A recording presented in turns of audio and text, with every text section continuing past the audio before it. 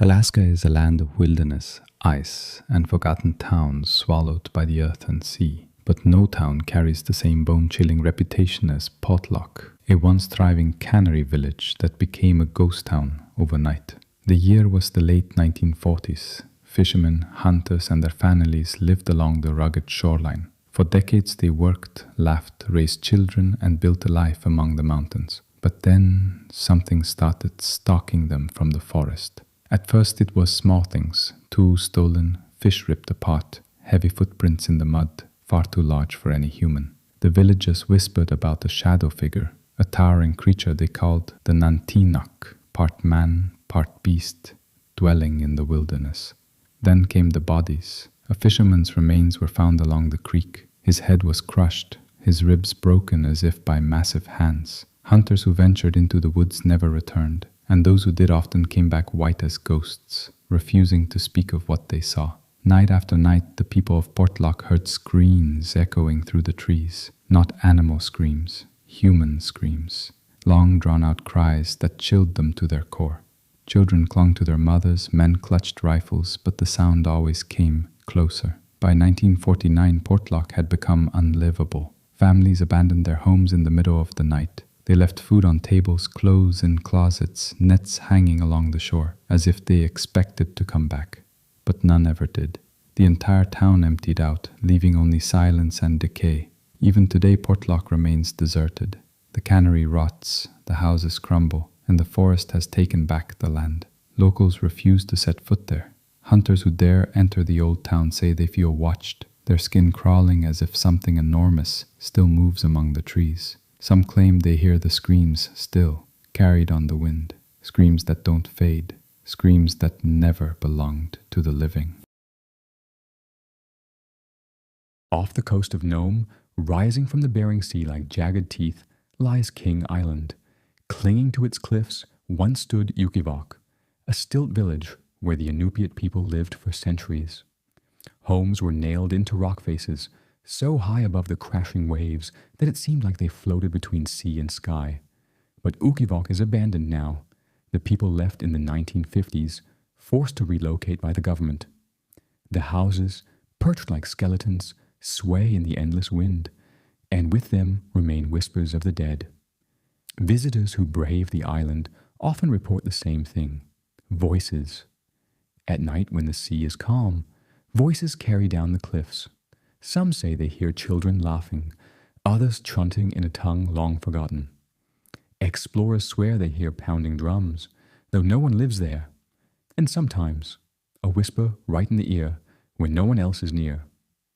In the 1970s, a group of researchers tried to stay overnight. They lasted only a few hours. One described seeing lights flickering inside the abandoned stilt homes, lanterns swaying as if families still lived there. Another said he felt icy fingers grip his shoulder, though he was completely alone. They fled before dawn, leaving equipment behind. But the most chilling story comes from a kayaker who stopped on the island during a storm. He climbed the cliffs to take shelter in an old house. The wood groaned, the wind screamed through the cracks, but he managed to settle in. As he drifted to sleep, he heard it, a lullaby, sung softly, as though a mother were rocking her child. The voice grew clearer, closer, until it was beside him. He opened his eyes and saw no one. Yet the singing didn't stop. Terrified, he fled into the storm, preferring the deadly sea over what waited in that house. Today, the stilt homes of Ukivok still cling to the cliffs, empty but defiant against the sea. Locals refuse to go there, calling it cursed. They believe the spirits of their ancestors never left. They linger, bound to the cliffs, whispering, singing, warning. High in the Wrangell Mountains lies Kennecott, a town once filled with the clamor of copper mines, trains, and workers chasing fortune. In the early 1900s, it was alive with over 300 people, the air thick with smoke, laughter, and the endless pounding of drills. But wealth comes at a cost, and Kennecott's cost was blood. The miners whispered of strange accidents deep in the earth, collapses that seemed deliberate, as if the mountain itself wanted to bury them. Men claimed to hear voices in the dark tunnels, voices calling their names from behind the walls of rock. Some said they saw shadows darting past their lamps. Too quick to be men, too solid to be tricks of the light, the copper made the company rich, but the town grew sick.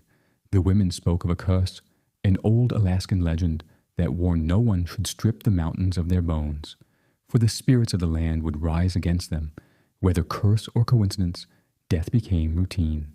Miners were crushed under rockfalls, pulled screaming into chasms, or found with faces twisted in terror, eyes wide, throats torn open by unseen claws. Management silenced the stories, burying the bodies in unmarked graves, but the whispers never stopped. By the 1930s, the copper was gone, and Kennecott emptied. Families left in a rush, leaving homes filled with furniture, toys, even half-eaten meals, as though life had been stolen mid-breath. The giant mill still looms there, rusting against the mountainside, windows like hollow eyes staring into eternity. But Kennecott is not silent. Tourists who dare to wander the ruins report voices echoing from the mine shafts, the clang of metal on stone, though no one is inside. Some hear coughing, the ragged breath of men dying of dust-filled lungs. Others hear screams, far below, as though miners are still being crushed under falling rock. And sometimes, just sometimes, a lantern glows deep inside the tunnels, swaying as if carried by a worker who never left. One hiker described walking through the mill at dusk. Dust swirled in the fading light, and he heard footsteps pacing the floor above. But when he climbed the stairs, he found only rust and silence. As he turned to leave, he swore he saw a figure standing in the window, a miner, face smeared with dirt, staring straight at him. He blinked, and the figure was gone. Yet the dust on the floor showed fresh footprints, leading nowhere. Locals say the mine still hungers, that Kennecott was built on stolen earth, and the spirits of the mountains demand payment. They warn never to spend the night near the mine, for if you do, the voices will call you down, deeper and deeper, until you vanish into the dark, another soul claimed by the cursed silence of Kennecott. Story 4. The Forgotten Dead of Kobuk. Far north, beyond endless tundra and frozen rivers, lies the shadow of a settlement few remember, Kobuk's old camp. On maps it barely exists, just a name on yellowed papers, swallowed by the wilderness. Yet those who live nearby know its reputation, a place abandoned not because of hunger, not because of poverty, but because something unnatural made life impossible. The story begins in the late 1800s, when prospectors followed whispers of gold into the frozen valleys of the Kobuk River. They built rough cabins, staked claims, and dug into the icy earth, but they weren't the first to dig there. The land was sacred to the Inupiat people, who warned the settlers that the ground was not to be disturbed. Beneath the permafrost, they said, slept things that were never meant to wake. The miners ignored the warnings. Not long after, strange things began. At night, the dogs howled, refusing to go near the pits. Tools were found twisted, as though bent by unseen hands. Men working underground reported sudden blasts of freezing air, whispers in a language they didn't know, and shadows moving along the walls where no torchlight reached. One miner, crazed and shaking, claimed he'd seen faces in the ice, dozens of them, frozen in eternal screams staring out at him. The deaths started soon after. A man was found torn apart near the riverbank, his body shredded as if mauled by an animal. But the tracks around him were human footprints, barefoot, leading back into the snow and vanishing without a trace. Another worker vanished completely, leaving only his pickaxe behind, its metal slick with something black, thicker than blood. By the winter's end, Kobuk camp was plagued. Men spoke of figures wandering the forest at night, pale, thin, their eyes hollow, their mouths open in silent screams. The prospectors barred their doors, but the scratching sounds came anyway, nails raking along wood until dawn. Children woke screaming, saying icy hands had tried to pull them from their beds. Women whispered that the miners had unearthed the frozen dead, spirits bound in ice, and now the land wanted them all. By the turn of the century, the camp was abandoned. Cabins stood empty, doors swinging in the wind, meals left half-eaten. The mines collapsed, sealing whatever lay beneath. Kobuk disappeared from memory, but not from legend. Hunters passing through still tell of nights when the valley fills with unnatural fog, even in deep winter. They hear voices carried on the wind, sometimes laughter, sometimes screams. Snowshoers report seeing footprints appear fresh in the snow ahead of them, though no one is there. A few even claim to have seen the frozen people, wandering silently, their skin pale as moonlight, their eyes full of endless hunger. One modern explorer, a photographer chasing forgotten places, tried to stay overnight. He set up camp in the ruins of a log cabin. At midnight, his camera snapped on its own, flashing in the darkness. When he checked the photo, his blood ran cold. Standing behind him in the doorway was a figure, a gaunt man, his face half frozen, his mouth torn open in a scream. The photographer fled, leaving everything behind. Weeks later, his gear was recovered. The camera held dozens more photos, all taken in the night. In every one, the frozen faces crept closer. Today, no one dares settle in Kobuk Valley. Locals avoid it, calling it cursed ground. They say the dead miners never left, their souls claimed by whatever they disturbed beneath the ice. The camp is silent now, swallowed by snow, but if you stand there too long, you may feel breath on your neck, cold, rotten, hungry, and when you turn, you'll see the faces in the ice, watching, waiting. On the edge of the Alaskan panhandle, where mountains loom like jagged teeth over icy waters, lies the ghost of a once booming town, Daya. In the late 1800s, it was alive with gold seekers. Thousands poured through, chasing dreams along the Chilkoot Trail. But Daya didn't last. The gold rush faded, the town emptied, and the wilderness swallowed it whole. But some things refuse to die. Locals whisper that Daya is not just a ghost town, it is a town of ghosts. It began with the avalanche. In 1898, a deadly snowslide crashed down the Chilkoot, burying more than 60 people in seconds. Entire groups of prospectors vanished, their cries smothered by tons of snow and rock. Their bodies were never recovered. The survivors believed the mountain demanded payment, and it had taken its due. But in the nights that followed, something strange began. Campers reported hearing muffled cries beneath the snow long after the dead were gone. Men digging for supplies claimed to hear banging below, like fists pounding from a buried coffin. Some fled in terror, saying the voices begged them to dig faster to free them. Others swore they saw pale hands pushing through the snow, reaching, twitching, before vanishing again. As years passed, Daya grew quieter, its saloons emptying, its streets overrun with weeds. But even as the buildings rotted, the dead stayed. Travelers who dared the trail told of waking at night to see figures standing at the edge of camp. Men with ice-crusted faces, their mouths open in silent screams, their eyes glazed over with snow. If spoken to, they would vanish, but their footprints remained in the frost. By the mid-1900s, Daya was gone, reclaimed by moss and forest. But the haunting only grew. One park ranger, stationed nearby, described walking through the ruins at dusk. The air was heavy, the silence crushing. He heard a faint sound, a low rumble like distant thunder. Then he realized it wasn't thunder. It was voices, hundreds of them whispering all around him, though the valley was empty. As he turned to leave, the ground trembled beneath his feet, and he heard it clearly, the sound of snow collapsing. He ran. When he looked back, nothing had moved. Hikers today still speak of strange encounters.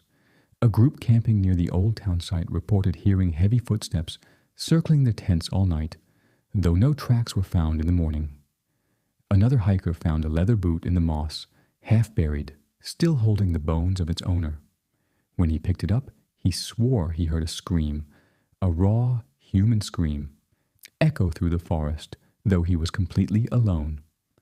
The most terrifying account came from a photographer in the 1990s. He stayed overnight among the ruins, hoping to capture the ghost town by moonlight.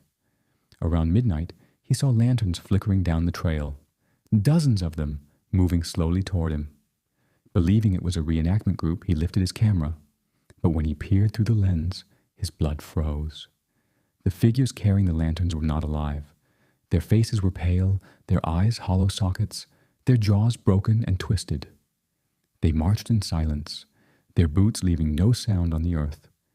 Terrified, he dropped his camera and fled. When the camera was recovered later, the final photo showed a blurry figure standing inches behind him, a man with snow dripping from his beard, his mouth wide open, frozen in the scream of death. Even now, Daya remains shrouded in mist and silence. The forest has consumed the streets, but visitors say they feel watched the moment they enter. They hear the crunch of boots behind them, the faint ring of hammers, the muffled voices of the lost. They say the avalanche never ended. The victims are still buried, still screaming, still searching for air, and anyone who lingers too long may join them beneath the eternal snow.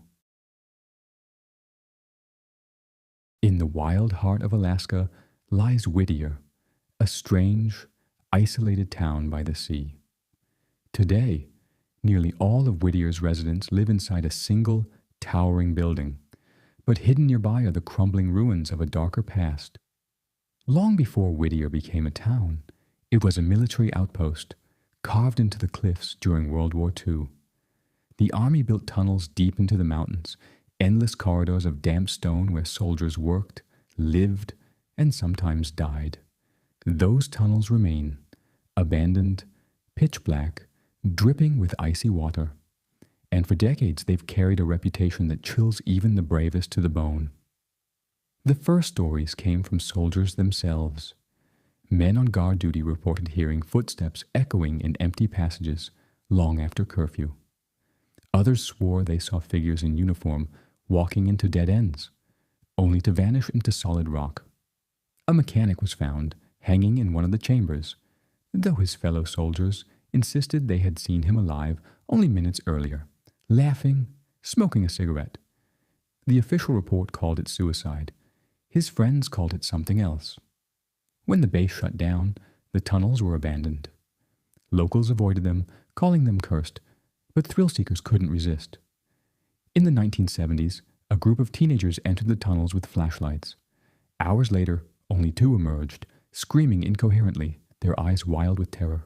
They claimed something followed them in the dark, a shadow, huge and faceless, that moved without sound.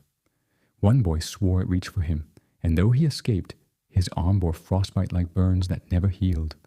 The other refused to ever speak of it again. The rest of their friends were never found. Over the years, dozens have ventured in. Most leave quickly, shaken. Some don't leave at all. Those who return tell the same stories. The whispers. Low voices in the dark, speaking their names. The footsteps. Always behind them, never seen. The cold. A sudden, unnatural chill that makes their breath frost in the air. And the shadows. Always the shadows. One hiker described the shadows best. They weren't like regular darkness. They had weight. They moved against the light. And when my flashlight hit one, it didn't go away. It stared back at me. In the 1990s, an urban explorer set up cameras inside one of the tunnels, determined to prove the hauntings were nothing but myth. The footage recovered chilled investigators. At 2:13 a.m., his camera recorded a faint light in the distance, like a lantern swaying. Moments later, the sound of boots striking the floor echoed closer, closer. Then a figure appeared on the edge of the frame. It wore a soldier's uniform, but its face was featureless, just a hollow void. The explorer was never seen again. His camera was found smashed at the entrance. Locals today refuse to enter after dark. They say the tunnels belong to the dead now. Soldiers who never left, men who went mad, and something older, darker, that feeds on anyone who dares to disturb the silence. Some even believe the tunnels are a gateway, a crack in the mountain leading into a deeper abyss where no living soul belongs. Visitors who wander too close report feeling watched. Their hair rises, their stomachs twist, and if they linger, sometimes they see shadows slipping between the trees drifting toward the tunnel mouths. The scariest tale comes from a fisherman who sought shelter inside during a storm. He built a fire, set his gear down, and tried to sleep. At midnight, he woke to the sound of boots pacing around him. He called out, thinking someone else had come in. No answer. Just footsteps, circling faster and faster. Then the fire died, snuffed out by an icy gust. In the darkness he saw them, dozens of faces, pale and eyeless, grinning from the walls themselves. He ran until he collapsed on the shoreline, his hair gone grey overnight. He never returned. Today, Whittier's tunnels still gape like open wounds in the cliffs, black, silent, waiting. Some tourists laugh, calling the stories nothing but myths. But those who've seen the shadows know the truth. When you step inside, you don't walk alone. Something walks with you, something that has no face, no voice, just hunger. And if you stay too long, the shadows follow you out. Nome, Alaska, a name tied to gold, storms, and survival at the edge of the world. But few speak of the lost village outside Nome, a settlement erased not just by time, but by something darker. The people there didn't simply leave. They vanished. And what was left behind became a nightmare, whispered by those who still dare to live nearby. It began in the late 1800s, when settlers and native families built a small fishing village a few miles outside Nome's growing gold rush town. The land was harsh but rich with fish, seal, and caribou. For years life was simple, even joyful. Children played along the shoreline, hunters ventured into the tundra, and elders told stories around firelight. But in the winter of 1901, the howling began. At first, villagers thought it was wolves. The cries echoed across the frozen bay at night, low, mournful, almost human. But the hunters swore no wolves roamed so close, and no wolf could make those sounds. The howling grew louder, circling the village, moving with unnatural speed. Dogs barked and snapped at the air, their fur bristling, refusing to leave their pens. Then came the first death. A young man, strong and healthy, was found near the edge of the ice. His body was twisted, his face pale, his mouth frozen open in a scream. No blood, no wounds, just drained, as if the life had been sucked from him. Days later, an elder woman was taken. She vanished from her bed during the night, though the snow showed no footprints leading away. Only a trail of claw marks across the floorboards, burned black as if by fire. The villagers grew desperate. They prayed, lit fires, and kept watch through the nights. But the howling grew closer, circling the houses, sometimes breaking into hideous laughter. Children claimed to see glowing eyes peering through the cracks of the cabins. A hunter swore he saw a man standing out on the frozen sea, arms outstretched, but when he blinked, the figure dissolved into smoke. And by the spring thaw, half the village was gone. Some bodies were found frozen upright, standing in the snow with faces twisted in terror. Others were never found at all. The survivors abandoned the village in silence, walking to Nome with only what they could carry. They refused to speak of what happened. When outsiders asked, they only said one thing. The howlers came. The abandoned village still stands. Cabins collapsed, fire pits filled with ash, fishing nets rotting in the wind. But those who wander too close swear it isn't empty. Hunters report hearing the howling return at dusk, circling them, closing in. Some claim they've seen pale figures crouched on the rooftops, crawling like spiders, their jaws stretching too wide, their eyes black as pits. In 1973, 2 snowmobilers passing through decided to spend the night in one of the old cabins. Only one was found alive the next morning. He was discovered wandering the tundra barefoot, muttering over and over, "They're still screaming." They never stopped screaming. His friend was never found. More recently, tourists trying to find the village reported their phones dying at the entrance. One man's camera captured a single blurred image before shutting off, a shape standing in the distance, taller than a man, its mouth stretched wide in a howl. The locals today refuse to go near. They say the village is cursed, that the dead who were taken still walk the frozen bay, howling for company, for revenge, for blood, and if you hear the howls yourself, you must never answer back, for the moment you do, the howlers will know your voice, they will know your name, and they will come. On the far northern frontier, Where Alaska's borders blur into Canada's empty wilderness lies a place feared by native hunters and avoided even by seasoned trappers, the Nahanni Pass. Though technically on the edge of Alaska's borderlands, it is tied to countless Alaskan legends, whispered as a cursed land where fog itself hunts men. They call it the Valley of Headless Men. The first to vanish were prospectors. In the early 1900s, two brothers from Alaska entered the pass in search of gold. Months later, their camp was found, abandoned, tents shredded, food untouched. Their bodies were discovered downstream. Both were decapitated. Their heads had never been recovered. The river carried no sign of struggle.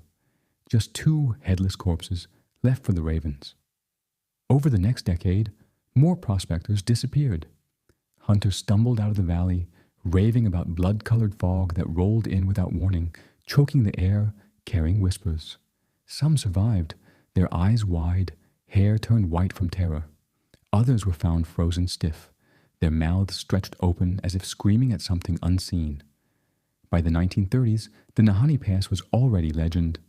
People said the fog was alive, that it moved with intent, surrounding camps, splitting groups apart. When the fog thickened, men heard voices calling their names, sometimes the voices of wives, children, or dead friends. Those who followed the voices never returned. Then came the hunter's tale. 3 Alaskan hunters, hardened men, entered the pass during caribou season. They set up camp near the river. At dusk, a mist began to roll in. The men laughed at first, until the mist turned crimson under the moonlight. One man swore he saw shapes moving inside it, crawling low, their limbs too long. The second claimed he heard hundreds of whispers, all begging, crying, screaming. The third tried to fire his rifle, but the fog swallowed the sound. Only one hunter stumbled back weeks later. His clothes were torn, his body scarred, his face gaunt. When asked what happened, he muttered a single line before collapsing dead at the trading post. The fog took their heads. It drinks the scream. Modern hikers who dare the pass speak of sudden changes in weather. Skies clear one moment, drowned in choking mist the next. Compasses spin wildly. Electronics fail. A group in the 1970s tried to map the valley. Their journals ended with a final entry scrawled in blood across the page. "It's inside with us." Their bodies were never found.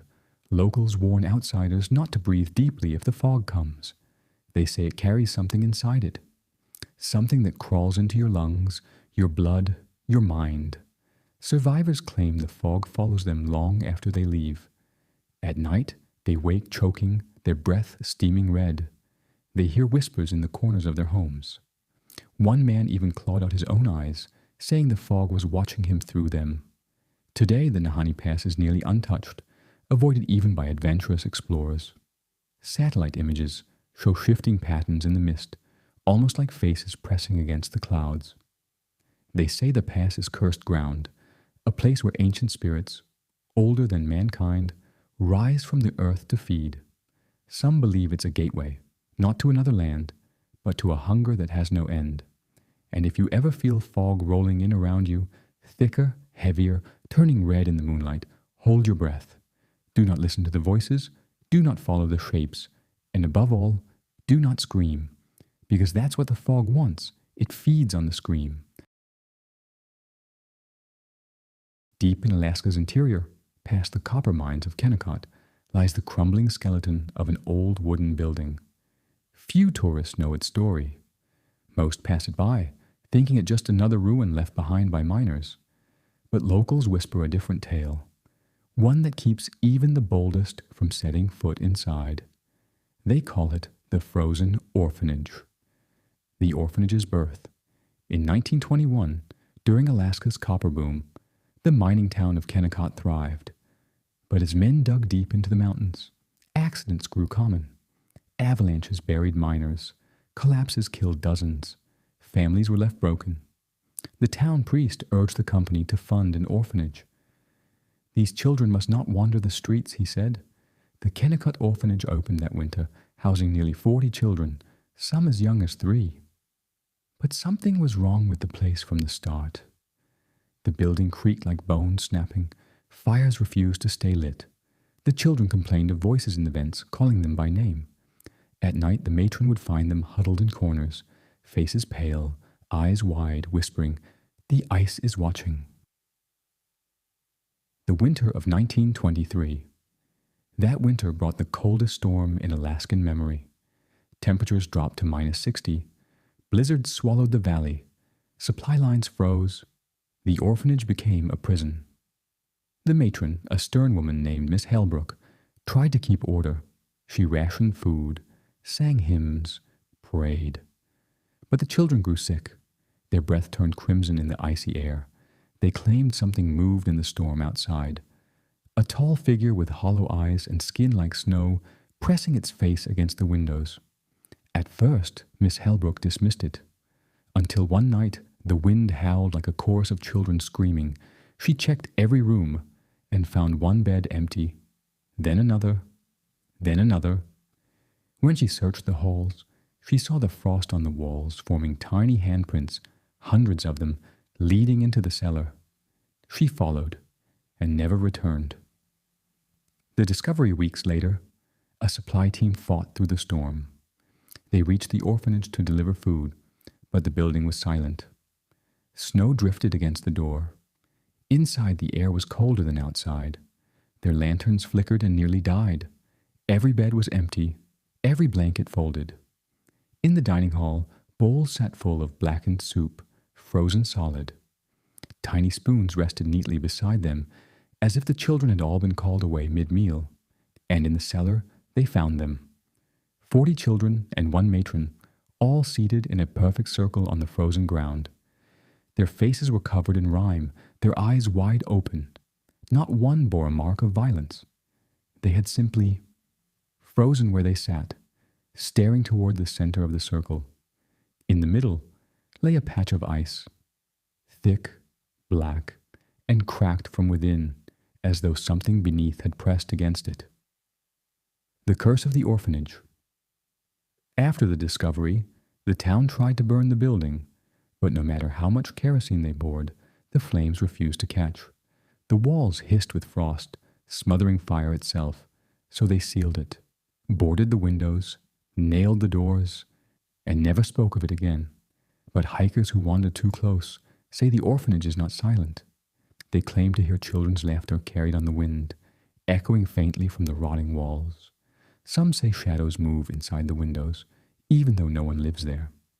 One traveler swore he saw a pale face peering out from the second floor, eyes black as coal, mouth open in a soundless scream. When he approached, the window cracked with frost, and a tiny handprint appeared on the inside of the glass. Modern encounters. In 1998, a group of thrill-seekers broke inside, filming with handheld cameras. The footage was never officially released, but locals whisper what it showed. Toys arranged in neat rows, untouched for 70 years.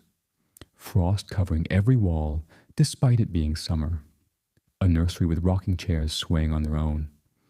The camera panned to the cellar door, shut tight, ice sealing the edges. The group joked nervously, then pulled it open. The footage cut to static. And weeks later, their car was found abandoned miles away, keys in the ignition, doors wide open. Their bodies were never recovered. The last warning today. The frozen orphanage of Kennecott stands in ruin, but the air around it is said to bite colder than anywhere else in Alaska. Locals warn travelers not to go near after dark, because sometimes, if the wind is right, you'll hear the sound of children singing from inside, a lullaby in a language no one remembers.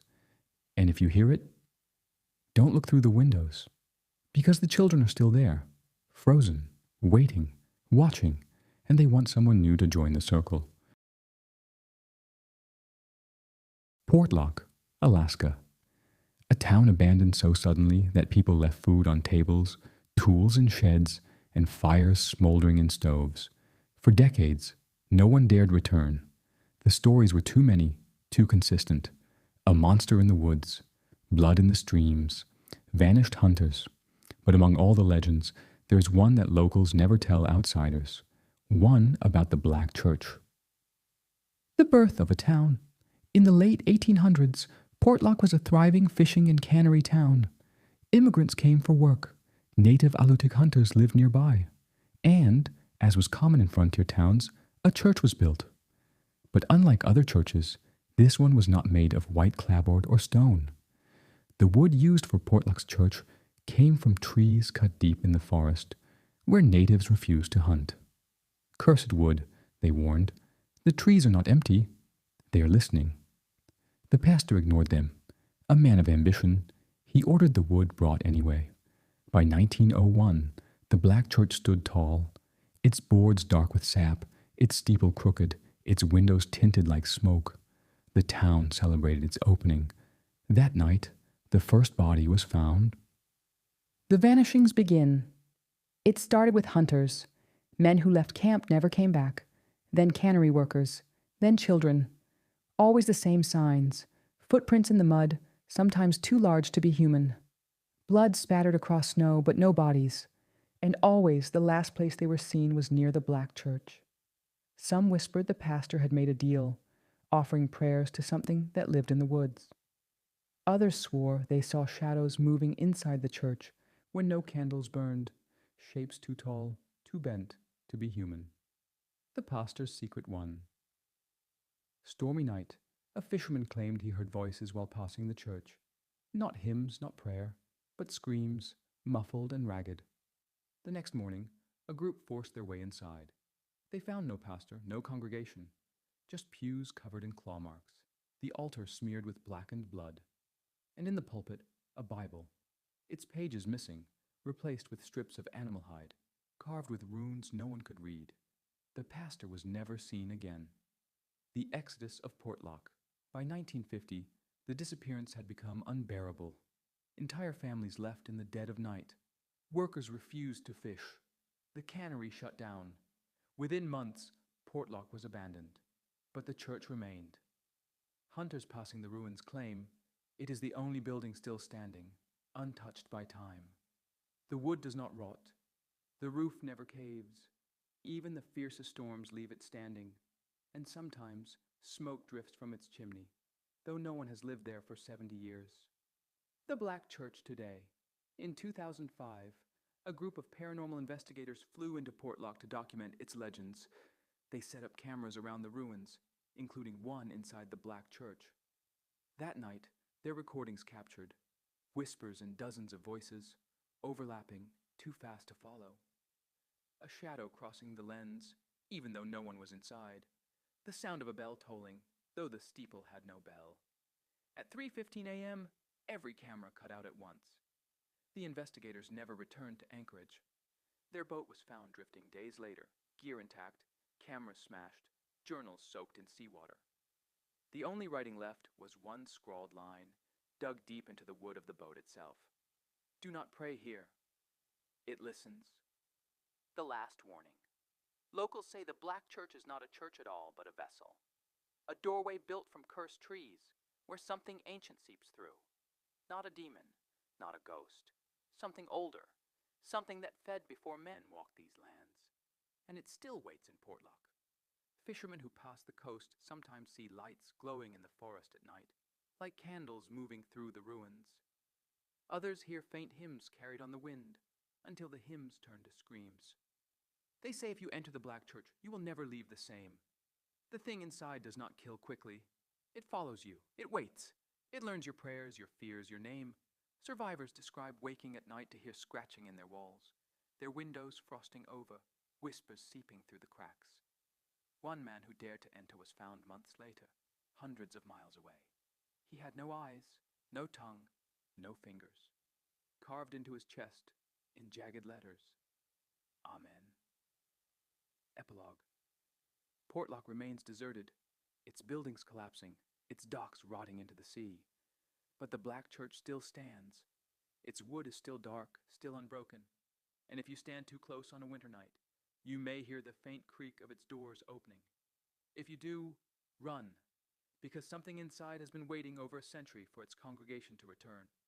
And it doesn't care if you came to pray. It only cares if you scream.